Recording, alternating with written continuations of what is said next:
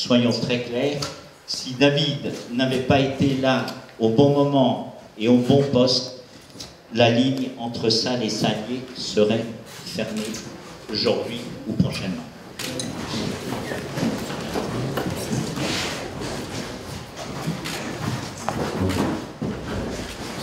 Cette ligne, nous avons souhaité, avec SNCF Réseau et avec l'État, la sauver pour des raisons qui relèvent à la fois, je le disais, du développement économique, de l'aménagement du territoire et des libertés personnelles.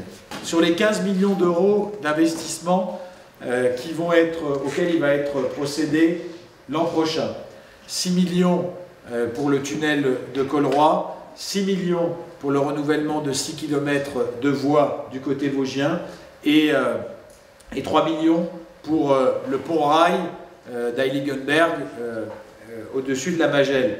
Et bien sur ces 15 millions, la région apporte 12,6 millions d'euros. C'est extrêmement important. L'ensemble de ces travaux vont permettre de supprimer les ralentissements qui ont été mis sur cette ligne, donc ralentissement à 40 voire à 10 à l'heure à certains endroits compte tenu des problèmes de sécurité qu'il peut y avoir sur les ouvrages d'art. Donc ces travaux seront faits pendant du 14 mai au 31 août en interruption complète.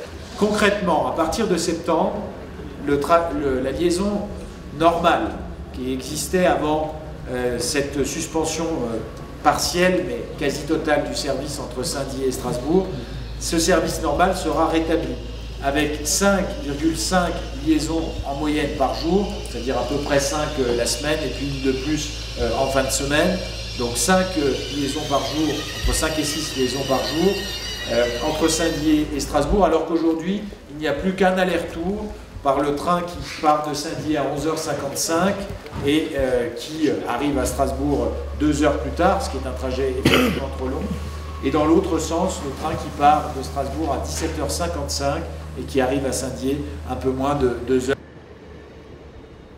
Il est nécessaire aussi de retrouver un temps de parcours qui soit compétitif sur cette liaison.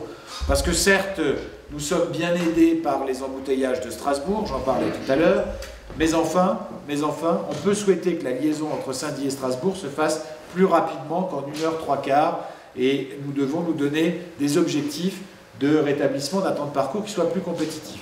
Et nous travaillons dès aujourd'hui avec SNCF Mobilité à la question de la desserte d'un certain nombre de gares. Et il faudra être courageux du côté vosgien comme sans doute du côté alsacien en expliquant que sur certaines dessertes, le train ne pourra pas s'arrêter à chaque fois dans chaque gare sous peine que plus personne ne monte dedans. C'est une grande victoire, mais le combat pour les mobilités du quotidien, le combat pour que notre territoire soit bien maillé, le combat pour qu'il n'y ait pas d'un côté les territoires riches avec du train et les territoires pauvres avec du bus, eh bien ce combat continue.